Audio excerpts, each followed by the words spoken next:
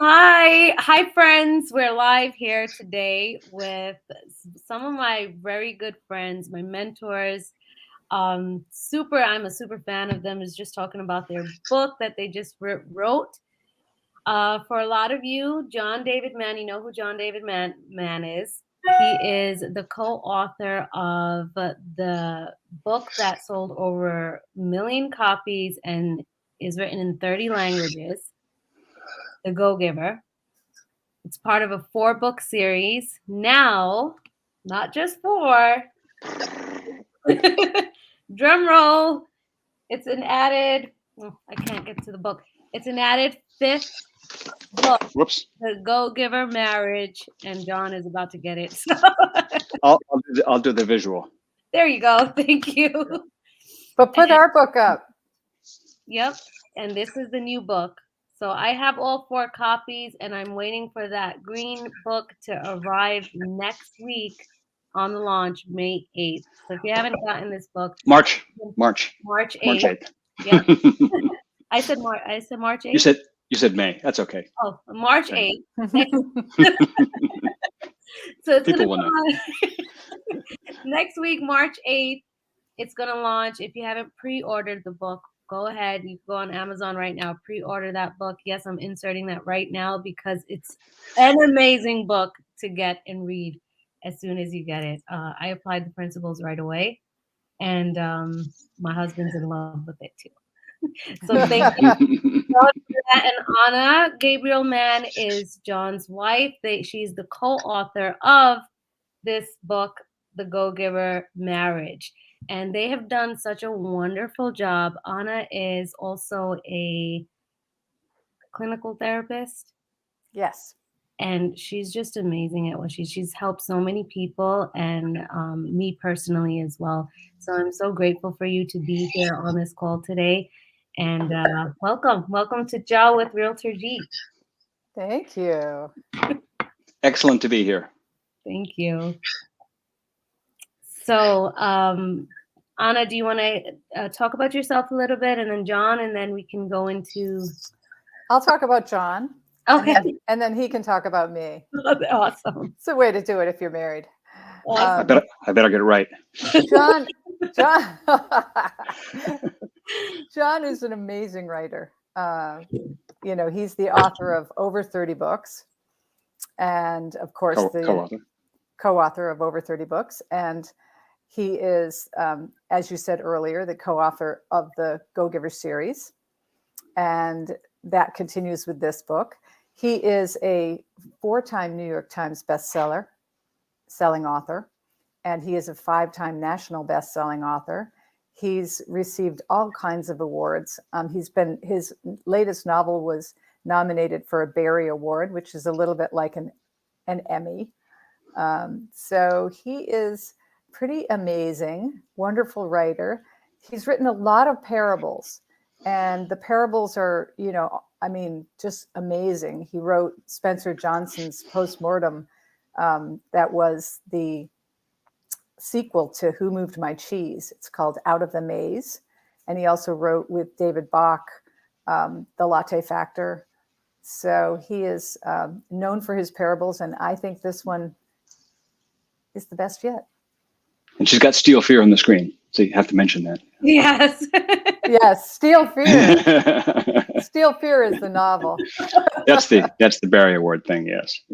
Steel Fear, and the next one after this, and I'm super excited. I did read the next chapter of it, Cold Fear, and I am excited for that one to come out. Coming soon to a bookstore near you. Yes. And I'm a fan of novels, thriller novels. Good. I haven't read a novel. I think the last time I read an actual big, thick novel like that was right after high school or before it. So about 20 years ago. And when I heard about your book, Steel Fear, John, it was a must for me to get, of course, because I get almost every book that I know of that you wrote. And I was like, this is a thriller. This is awesome. And it's not just a thriller. There's so many things that you can learn just through that book and reading it. So you're turning the page and you're like, want to know what's happening next. And after 20 years of reading a thriller, you've gotten me back into wanting to read the novels again. Thank you so much for that. so thank you. You're so very welcome. But thank you for reading it, for being excited about it.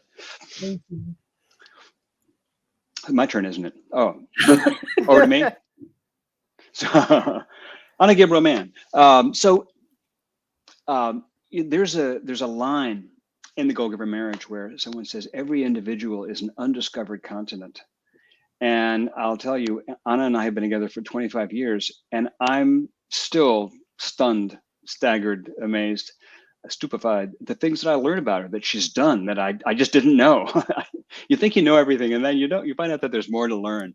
So Ana has a colorful career. But what I'll say is this: she's been.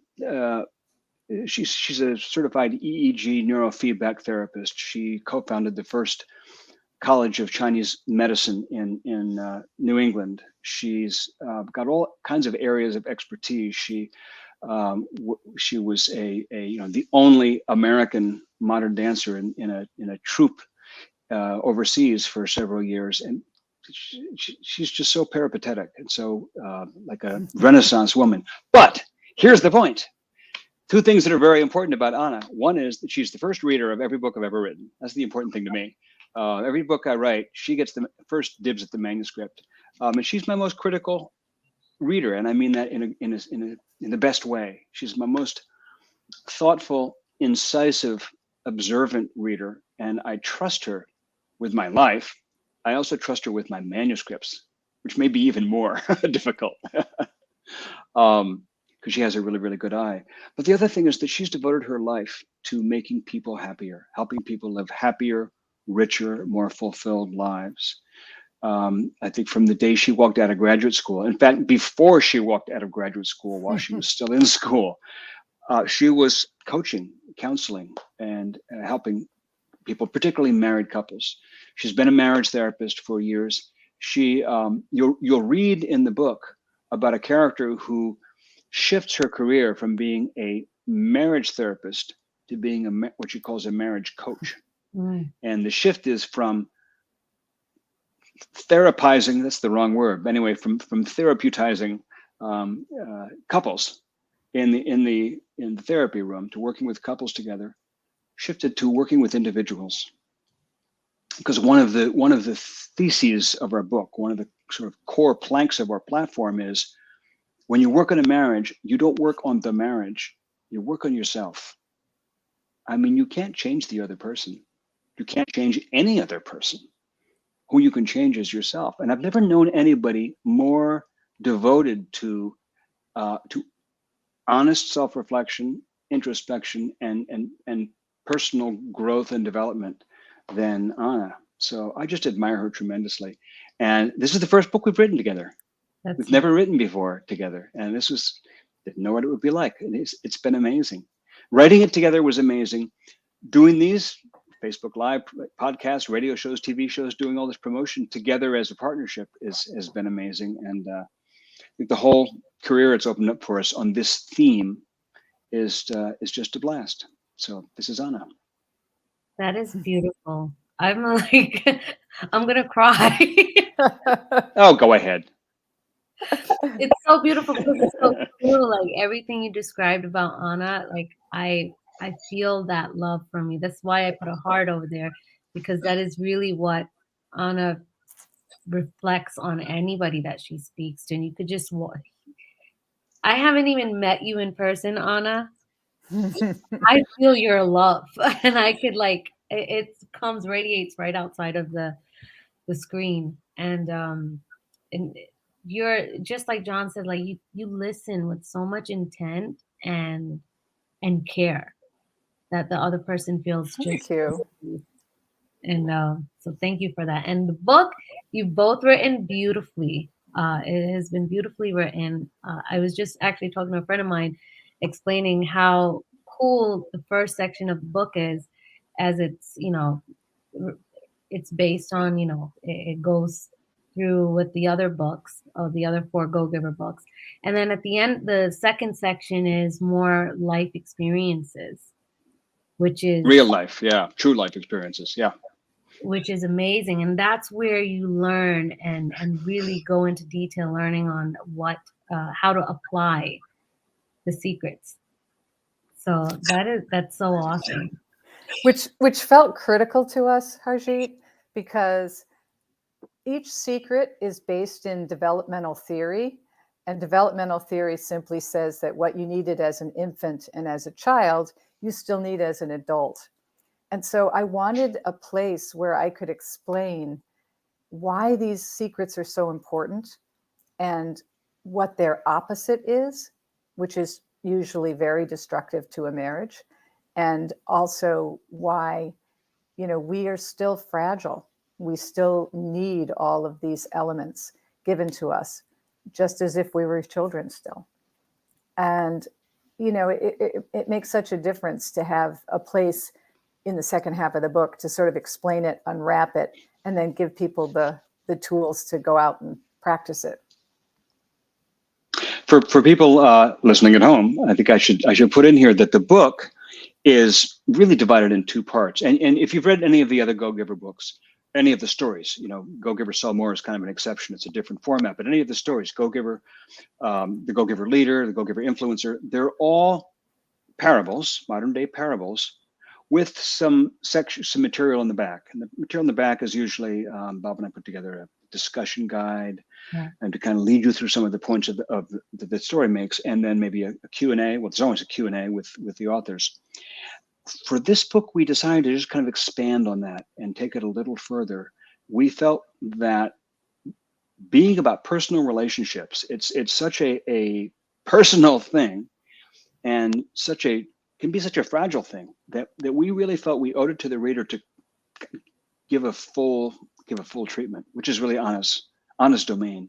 So the book is really in 2 halves. The first half is the parable, and the second half. So the first half is called the parable, and the second half is called the practice. And the parable was primarily my job as a writer. The practice was primarily Ana's job as a writer.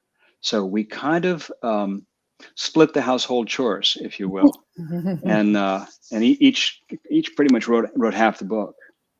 So it was really fun. That's so cool, and and that's what it looks like. It looks like a home wrote book. That's amazing. It's a nice thought. I like that. Yeah. And just split the household chores. You do what you're good at, and you do what you're good at, and you have the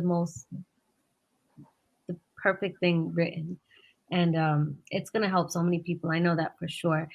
Do you want to go over a little bit on, so last week we had Bob Burg as a guest, and we were talking about the 5 principles of genuine influence. So like all of the Go-Giver books, it's surrounded by the number 5. So now over here with the Go-Giver marriage, I love the 5 secrets to lasting love. And so I know, Ana, you spoke a little bit about it, where the premise of the secrets came from, and the childhood.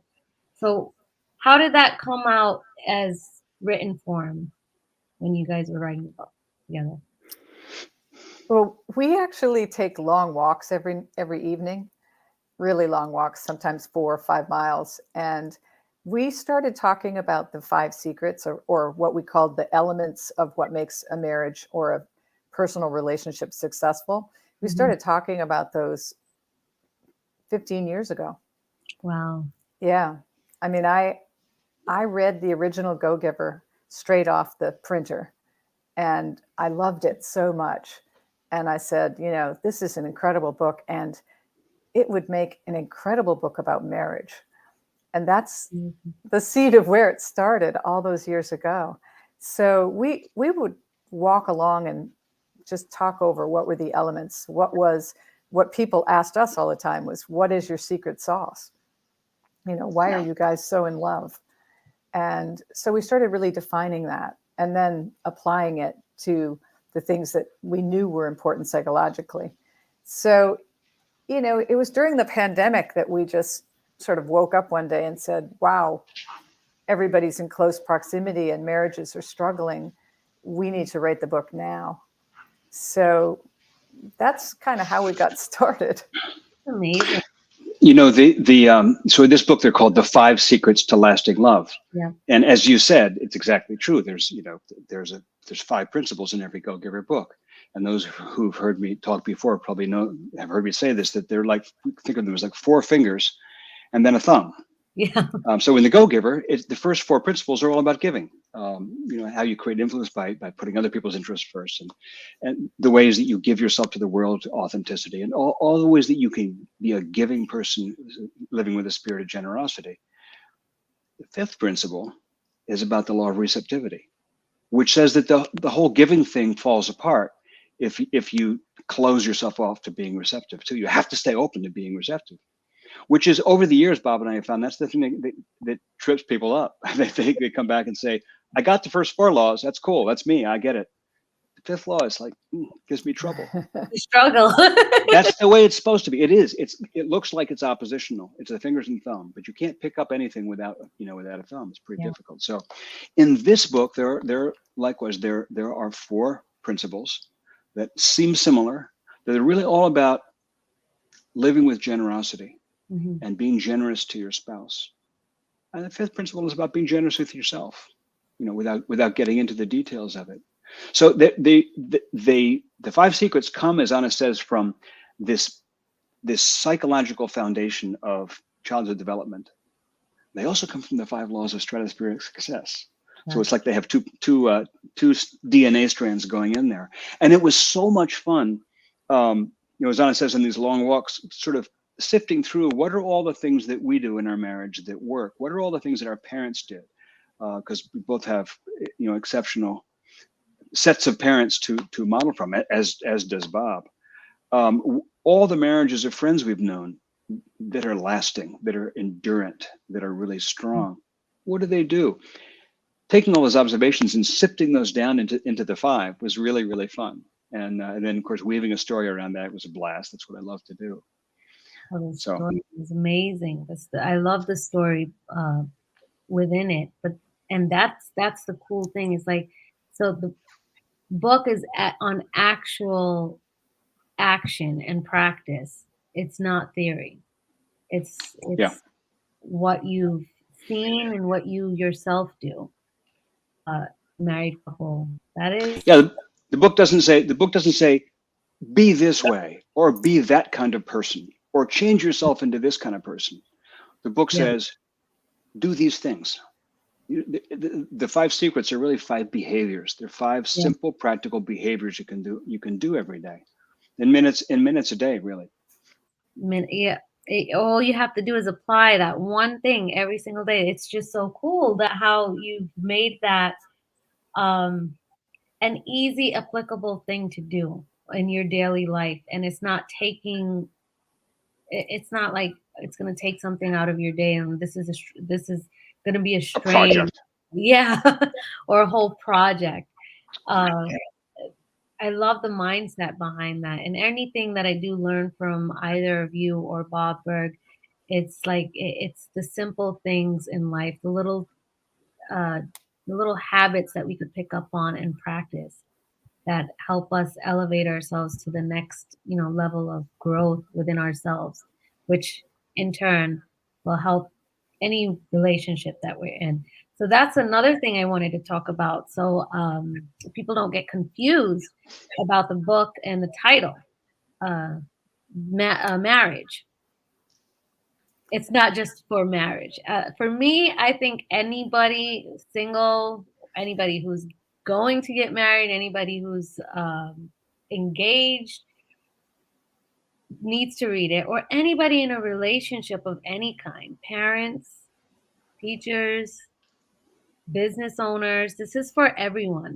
And how I saw it, and correct me if I'm wrong, like within the lenses that I'm reading the book is like, if I read it within this lens that this is for any type of relationship, you could really apply this anywhere.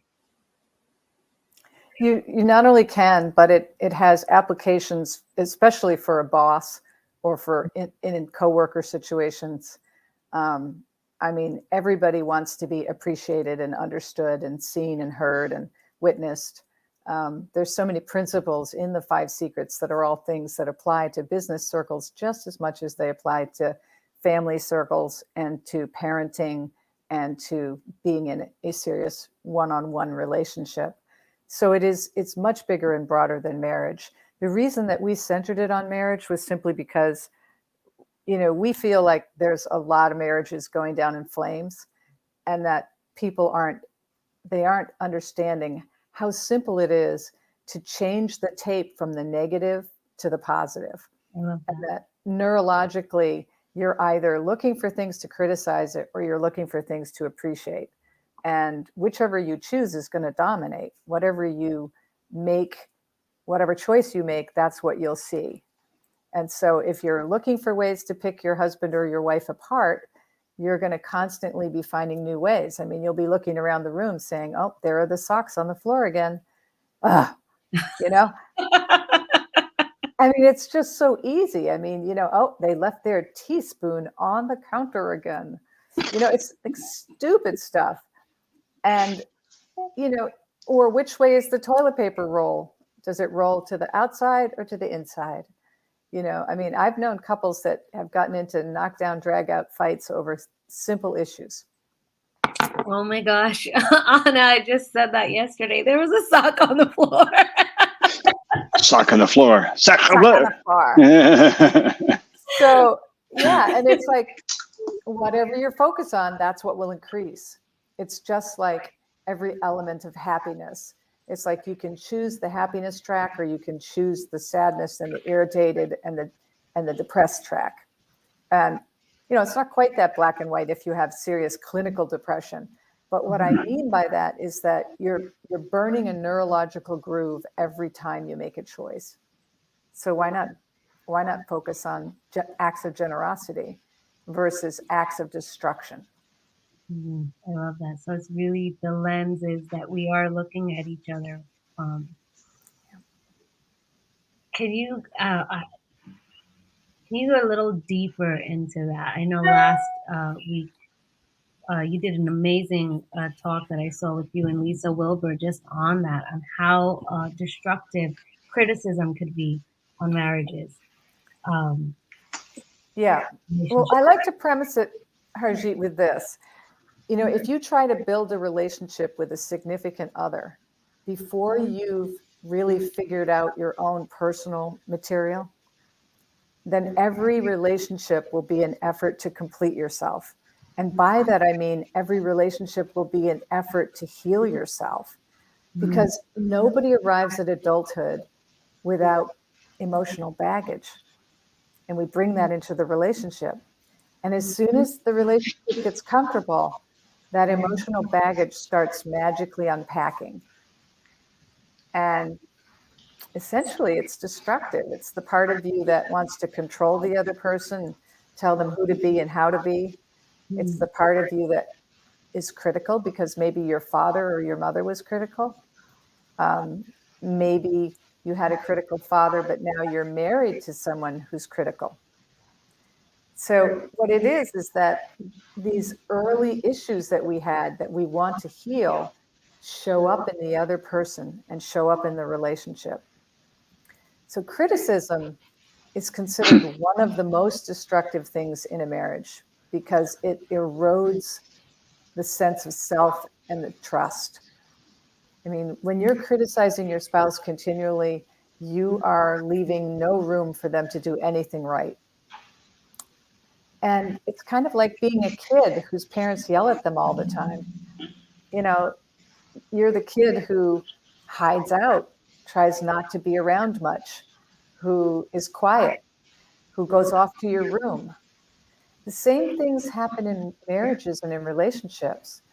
If you're criticizing somebody, they're going to find a way to go play golf or to, go shopping with their girlfriends. And maybe spend money they shouldn't spend.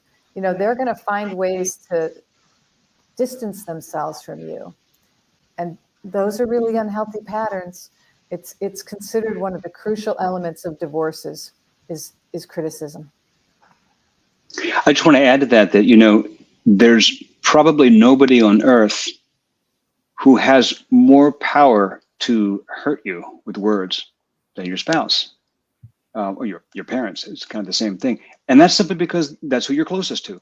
The closer you get to somebody, the more vulnerable you allow yourself to be with that person, the more you show yourself, the more you're, also unfortunately set up to be wounded by their words.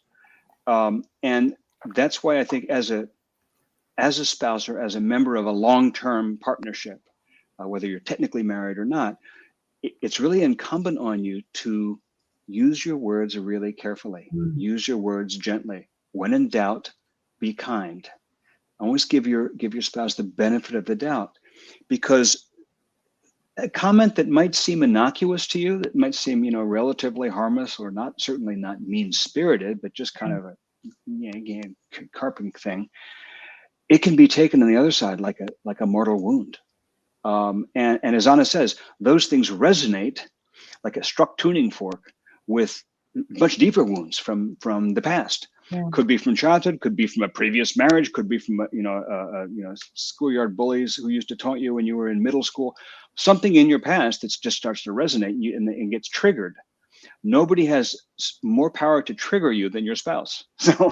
So we have to treat one another with care, with tenderness. We were doing a podcast and our host used the word, I think it was a Whitney Johnson thing. She used the word tenderness, which I don't think that word appears anywhere in the book, but if we ever rewrite the book, I'll stick that word in somewhere, because it's exactly it. You need to be tender with your spouse, because they're important. Definitely. They are important. Like, spouses are important. And I love that you said that. We are ourselves, our most selves in front of our spouse. So when they say something hurtful, it's like a dagger just hitting them right in the heart, like a sad romantic ending to a story. Yeah. And words matter. Words are so strong. Words really matter, especially criticism, because criticism goes right to the core of who you are. It's just such a, to be constantly criticized is so demeaning. I mean, it takes its toll over time. Yeah. And I see a lot of couples who do what I call the long freeze. They've basically just separated in a way that they're no longer hanging out that much together. And the conversation is things like, do we need milk? I mean, it's some of those basic pedestrian conversations, but they're not getting back to the place they were when they were first romantic, which is that they were telling each other stories and finding out every little detail about each other's lives. When John said he's still discovering things about me, I'm still discovering things about him. I mean, sometimes he'll tell me some piece of something that happened when he was a child, and I'll be just charmed, because it's like, I didn't know that. And it's, there's so much to find out about another person if you're paying attention and listening. And if you're looking, if you're investigating. I first heard this expression when I got with Ana, which she talks about how you have to do interviews with your spouse sometimes.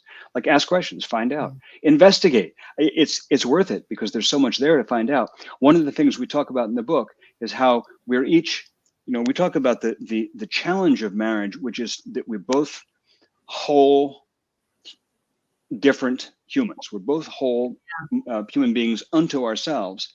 How do we live in a way that we overlap, that we come together, and at the same time remain individuated, whole people ourselves? So we don't just merge and become a single person, but we don't go separate ways and act as oppositional.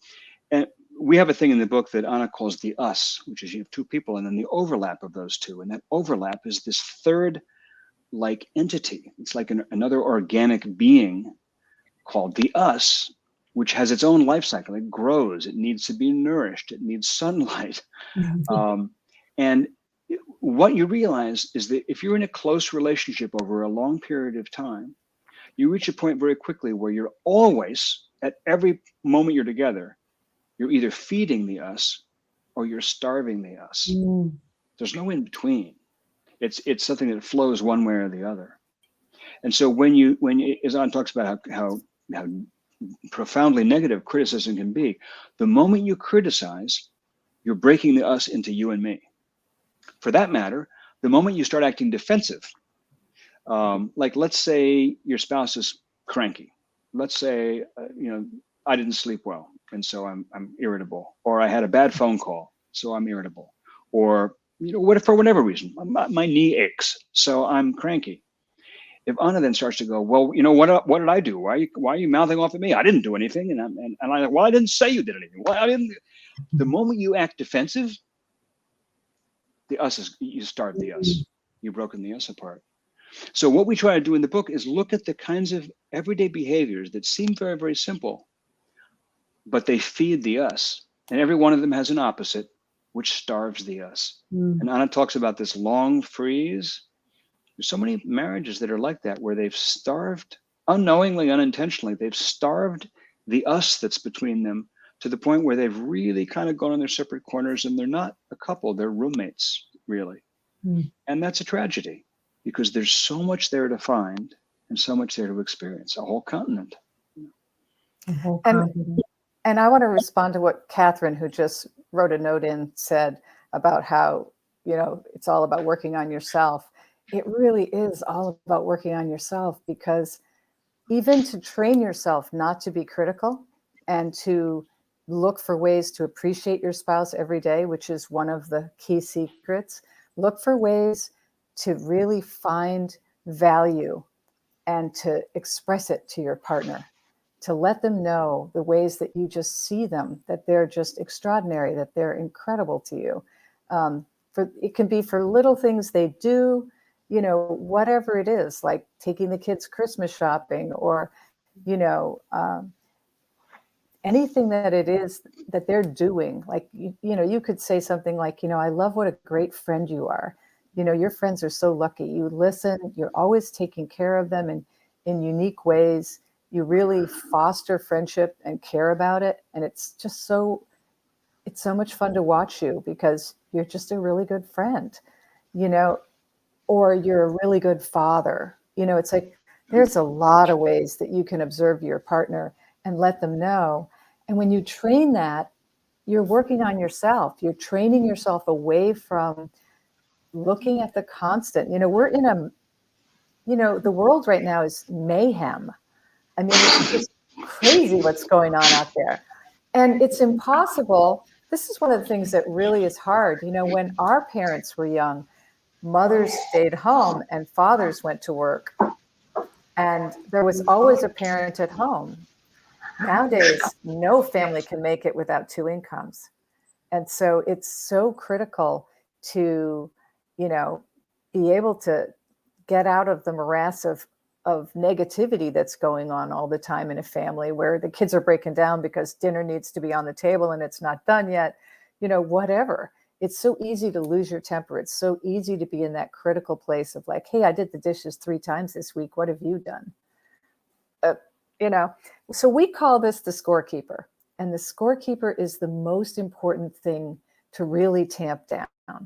Get in charge of your scorekeeper. Be the boss of your scorekeeper, because your scorekeeper is going to ruin your marriage. It's going to ruin your relationship. Actually, what you can, and so, Ana mentioned this in everything she just said. She pointed out that this is one of the secrets, appreciate. And it's actually the first secret in the book. First secret is simply called appreciate. And what it says in the book is find 3 things, 3 times a day, find something that you love about your partner and take a moment to tell them. It has to be something specific, not just, you're a great gal or you're a terrific guy. Well, that's nice, but what does that mean? It doesn't really mean a lot. Something specific, and take a moment to tell them genuinely and authentically. And here's the cool thing about that. That's keeping score, but in a whole different way. Instead of building, the scorekeeper is building a list of things to pick at. It's like, oh, left the socks on the floor again. Left the bathroom a mess. Walked out the door, didn't even say goodbye. Forgot to get the milk again. Back to the milk. You're building this list because it's the ego, the mind, the intellect is a terrifying thing. It has this natural tendency to keep track of stuff. So what you do is you retrain it. Instead of looking for things to criticize, you just look for things to appreciate. It's the same activity. It's just going in the other direction. And here's the beautiful thing. It's no harder. It's just as easy. It's a whole lot more fun. It just takes conscious attention. You just have to, it's like one of those things like not slouching. It's like one of those things like brushing your teeth every day that isn't difficult to do, but it's really easy to forget to do. And so you have to have some way of reminding yourself and coaching yourself, guiding yourself every day to do it. That's what we try to do in the back of the book, is provide these simple guidelines for all 5 secrets. If you do this 3 times a day, do this once a day, do this twice a day, and you retrain your own habits, your own relationship habits. I love that. And I'm going to take it one more level for Catherine and for Brian, who are both listening in. A lot of times when people get married, they look to the marriage to complete them. That famous phrase from a movie, you complete me. Well, it's a lovely thought, but great for a movie. Yes. Yeah. But, Brian, there you are. Thank you so much. I appreciate that you're enjoying it. It's just that you can't look to the marriage to complete you. It really is one of those things that you have to complete you. And so one of the key secrets, it's the opposing thumb secret, is about growing yourself. And most people, when you say you need to grow, they think it means, something like getting a fabulous career and being really successful at it. I don't think it means that at all. And, back 100 years ago, they would refer to a Renaissance man or a Renaissance woman. And a Renaissance woman was somebody who had many, many skills. She might speak 2 languages. She might be a master gardener. She might be an amazing cook or baker. She might be a painter. She might write poetry. So there's so many different ways to grow yourself. And it has nothing to do with a fabulous, famous career. And I really like to stress that, because I did choose to stay home when my child was young. And I still had work that I did, but it was very part-time. And I focused on things like, I really did get into gardening and cooking and all kinds of new explorations all the time, because when you grow yourself, you're leaving yourself open to continuous learning. And continuous learning is the food of life. Don't get into your 60s, 70s, or 80s and sit in front of the TV, because you will be learning nothing. Keep your doors open, read books, explore new hobbies and avenues. One of the things I love about Ana is that I've never met anybody in my life ever who was such a voracious researcher. She'll just pick up a new topic because it's topical to our lives. She'll take an area that needs to be researched, and she'll just burrow into it and come up with all kinds of knowledge that where does she find this stuff? It's just amazing. It's like she takes herself to college and gets a whole new master's degree, over the course of 6 weeks. And it is phenomenal, but it's so cool because she's always bringing fresh stuff to our relationship. And I do the same. Honestly, it's like taking on this thing of writing novels was a whole new thing. Actually, taking on this thing of writing books was a whole new thing. I didn't start doing this book writing thing until I was in my 40s. We've both of us pinballed through a variety of careers in our lives. And I'm not saying that to be a whole healthy person, you must pinball. Not at all. It's not necessarily about career. What it is about is having an appetite for learning and having an appetite for growing, wherever that takes you. It could be through careers, it could be through avocations, hobbies, personal pursuits, what you read, who you meet, who you hang out with. One of the reasons I love working with Bob Burg is the guy reads every book ever written, as far as I can tell. I mean, he's like a walking Akashic Records, the guy.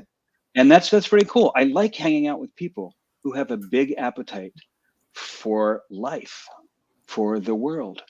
And what you find is that people, as Ana was saying, people will get this idea. There's a line in the book. There's a woman in the book who says, "My friends, I have friends who will say that their marriage is the cause of their unhappiness."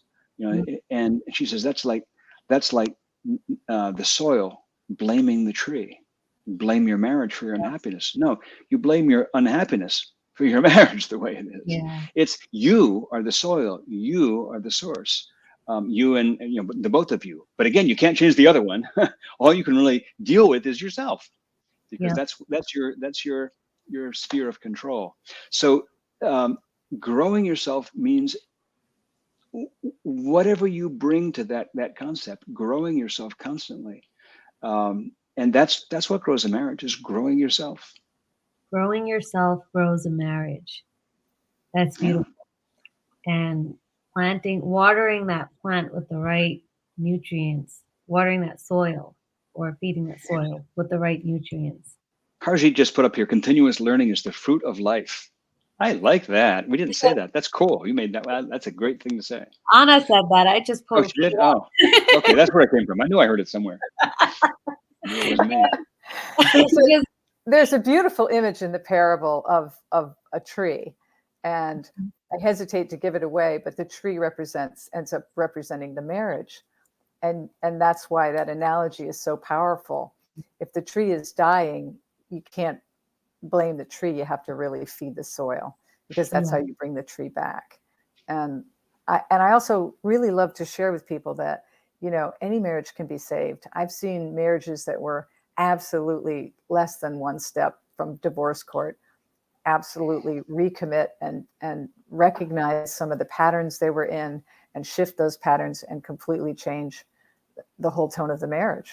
So, there's so many ways you can keep love alive. And I hope, our sincere hope, and, this isn't just a book for us, this is a new career. We're actually teaching workshops that are deep dives into the 5 secrets that are available on our website. And we're also starting in the fall a Go-Giver Marriage Coaches program, where people can become a Go-Giver Marriage Coach.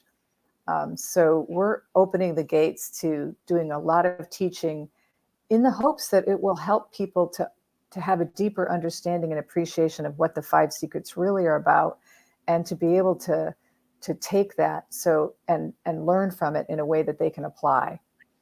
So, yeah, I hope people will come and take the workshop, because we're offering them every month. And so people can sign up easily on our website, and that gives them the opportunity to take the deeper dive. I just posted it in yes, you did. The comments. It's gogivermarriage.com, and I will post it up here as well. So can you go a little bit more into that, Ana, and then we'll go back to, I loved a few things, everything that John and you just mentioned, because it is all of those, and I wrote them down. Change from negative to positive. You want to stop the criticism and feed the appreciation, because if you're not being appreciative, you're starving the appreciation, and you're feeding the negative, the criticism. Starving the us. Starving the us. And it's so funny, because my husband always talks about this. He's like, there's you and then there's me, but it's always us. It's always us. We're one. And that's how he sees us, as one. He's like, I feel like when I'm talking to myself, I'm talking to me. And when I'm talking to you, I'm talking to myself. And that's how he sees. So he sees a mirror when he's looking at me and talking. And that could also, Ana was saying just now, like even you, John, you were saying this. When we're criticized, we're vulnerable in front of our closest person, that we're in front of our spouse. And when we criticize the other person, we forget that we're our own worst critic.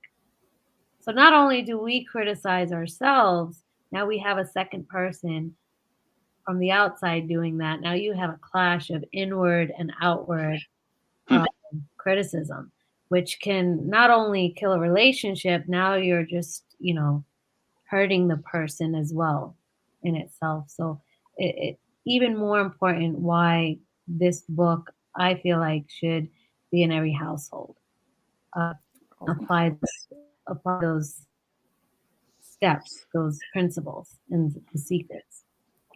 I just want to know, can you hear me? Because my Wi-Fi looks like, okay, awesome. Yes. It wobbled for a moment, but it's fine. You're good. Yeah. Generally, when John mutes while I'm speaking, then you don't hear the echo that happens too. Oh, okay. So it's gogivermarriage.com. And I'm going to add a banner here so you guys can go to this website. You can order the book over here as well. And now you said there's workshops. There may be a Go Giver Coach course. Yes, that's starting in the fall. And there are workshops. There's individual coaching. I still have a very active individual coaching practice. And and then there's also, if you pre-order the book this week, there are many gifts. We have some lovely gifts. One is a fireside chat with Dan Rockwell from Leadership Freak as our host. And that will be happening 2 weeks after the book launches, 2 weeks from next Tuesday. And if you do pre-order, be sure to put your order number in on our website so that you'll get access to all these goodies. And the second is we created 2 master classes. One is on the mindset of lasting love. What does it really mean to hold that mindset? And the second is how to navigate conflict. How to successfully navigate conflict. Conflict is a really rough place for a lot of couples because, it's just so easy for it to break out into a fight and you're not really hearing each other. You're in the you and the me, and you're not really able to bridge that gap. And so it's a really fun 35-minute talk. We sat on our couch and we just sat down and talked about it. And I think it's a really powerful little masterclass. That is really cool because you're right. There's so many people. I think we were having this conversation, Ana, when you're at a party or at a social gathering, and then you just end up seeing the conflict between a couple, and it's just you get that awkward moment. Yes. Oh, you're muted, John. You're muted. Sorry. Yeah, you're on mute. Slogan of the 21st century. Yeah, we see this with so many couples that that they fall into a pattern. It's sort of a familiar groove of criticizing each other, but just mildly enough so that it doesn't blow up into a full-blown fight. Yeah. But it just kind of is a way of just sort of keeping the ball of tension rolling. Often doing what they call plausible deniability, which is just being passive. It's what passive aggressive is. Passive aggressive is simply, I didn't criticize you. I was just kidding, or it was a harmless comment, or I didn't mean anything. But don't take it so personally. Well, you know what? It was personal, but you have this plausible deniability, and people. And that is gaslighting. Let's call it for what it is. Let's name it. That's gaslighting. That's somebody denying your reality. It's like you just got hurt, and he's saying, "Hey, you shouldn't be hurt. It's no big deal." And so the other person, easily falls back in the defensive mode and says, I shouldn't have reacted. They just clam up, and you fall into this sort of pattern, like a moon orbiting a demented sun, where nobody's happy, but everybody's kind of getting along just enough so that the thing has the semblance of stability. But this is again feeding into what Ana calls the deep freeze. I mean, it's like the thing that's tragic to us. Not just about marriages that fail and split up in divorce, but marriages that continue, but in some pattern of dysfunction. The thing that's tragic about that is that there's so much joy available. There's so much extraordinary companionship that is just right there at the end of the branch, ready for plucking. Yep. We just haven't been taught how to climb the ladder and get out to the end of that branch, haven't the first steps it takes. And personal healing inside of a marriage is very, very possible. And by personal healing, I mean healing your material. Yeah. You know, if you grew up in a family where one of your parents was super critical of you all the time, then you not only have a strong inner critic, you have a strong ability to criticize. And those kind of kids feel out of control a lot. Yeah. And when you feel out of control, you try to exert control in your environment. So, you know, that's the kid who grows up to be the adult who's very controlling in relationships. And that's painful. If you can get aware of it, if you can come into some sort of emotional intelligence and try to shift to acts of generosity, you're going to see the place in you that's constantly tempted to go there. And if you can talk it over with your spouse, you'll find that they know that part of you very well. They know that part of you so well. And there's nothing they'd like better than to support you to break that habit and to move away from that pattern. Because that pattern, it may have served you as a child to be controlling. Maybe you were controlling with your classmates or with your friends, but it isn't serving you in this marriage. I just want to jump in and say, I want to issue just a little statement to people watching. I promise you that there is somebody watching this, or somebody will hear what Ana just said, or hear the thing she's saying and go, right. And then in the next moment or opportunity, say to their spouse, okay, you're being too controlling. You need to not be controlling. It doesn't work that way. It's just that's controlling.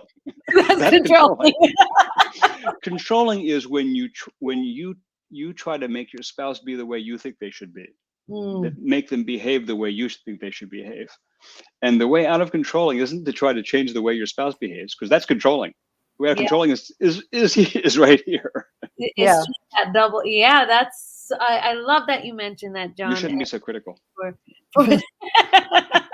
You're too critical. You're criticizing me all the time. You did it yesterday. You did it today. You'll do it tomorrow again. Why are you always criticizing me? And then that's where the clash comes from, right? Yeah. Like, because you're saying you're doing this, and then the other person's saying you're doing this, and then it's just and it becomes this tragic circle. And there are ways to say, when you do this, this is how I feel. This is how I feel. This is how I feel. When you tell me that I talk too much at parties, I feel like you're trying to control me, and it makes me feel self-conscious and it hurts. That's it. That's all you have to say. Yeah. Yeah. And then the skill for the other person in that moment is not to get defensive about it and say, I didn't mean you to feel it. It wasn't what I intended. But is to just listen to it, just take it, hear it, and say, oh, okay. I get it. Because the flip side of it might be that the reason that they're trying to tell you that you talk too much at parties is that when you drink a little too much and you start really getting loud or chatting a lot more, some part of them gets triggered. And maybe it was the part of them that grew up in an alcoholic family. And so all of a sudden your behavior is triggering them in a way that makes them uncomfortable. So you can both have your discomfort. And if you can sanely discuss it, oh my goodness, the healing that's possible it's profound what can happen. With your eye on the us. Right. Yeah. With your eye on the us. Not getting defensive or aggressive. Both of them take you out of the us. Both of them take you out of the us. And in order to get back into the us, it's more of, I know who you are. Let's heal together. Compassion is the basis of the us. Oh, wow. We have a little sign. When you walk in our house, there's a little sign right inside the door. You just walk in the door, look to the right, and there's a little sign there that says, be kind. Oh. And it's like, we could have probably written the entire book with just 2 words. That, who would read it? Yeah, I would. Yeah. Well, thank you so much. We're getting to the hour, so I do want to. Oh, yes.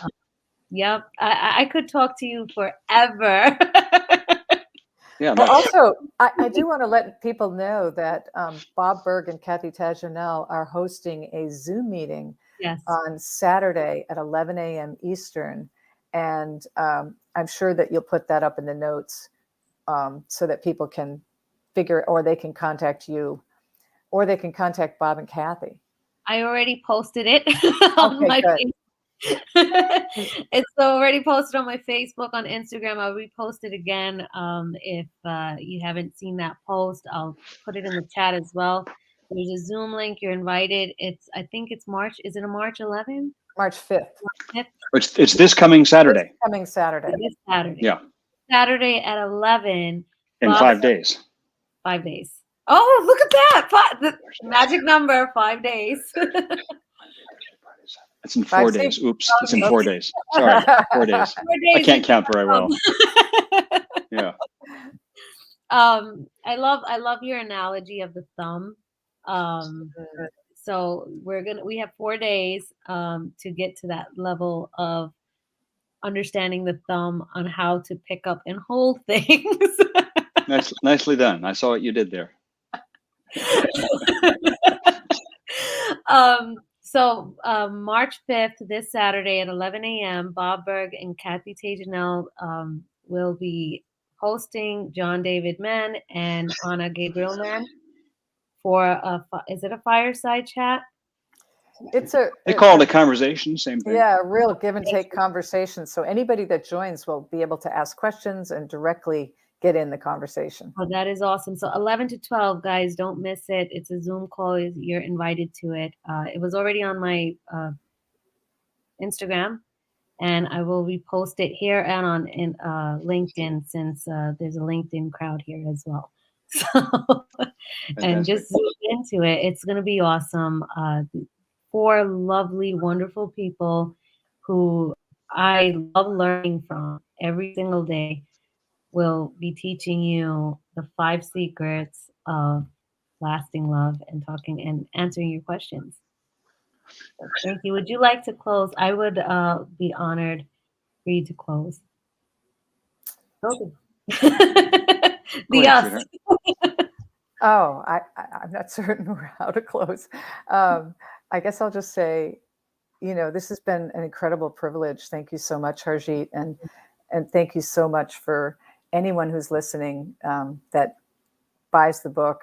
We love to interact. If you want to contact us, you can contact us directly on our website, and nobody answers those emails but us. So thank you. Thank you, John. Nothing to add. Well, I am so appreciative. Thank you so much for joining Jaw Time with Realtor Jeet. And I do want to send, I don't have my mug with me, it's downstairs. I want to send you guys a Team Jeet mug. Yay. Excellent. And I do really appreciate having you guys and giving this hour to all of us who will take this opportunity and learn from everything you've just explained to us and taught us. Of conscious attention, completing us by growing ourselves, finding 3 specific things that you love about your spouse, and changing the, did you say tape or track, Ana? Because I wrote tape. Oh, it's changing the tape on scorekeeping. Okay, changing the tape on scorekeeping. The negative, take the negative out and add the positive, and build a mountain of positive love in your house. Or I would even just shift that a little bit. Rather than take the negative out, you try to take the negative out, you're just paying attention to it. Just put the positive in. It'll push out the negative. Just put the positive in. Just put the positive in. Don't even focus on that. Because what you focus on increases.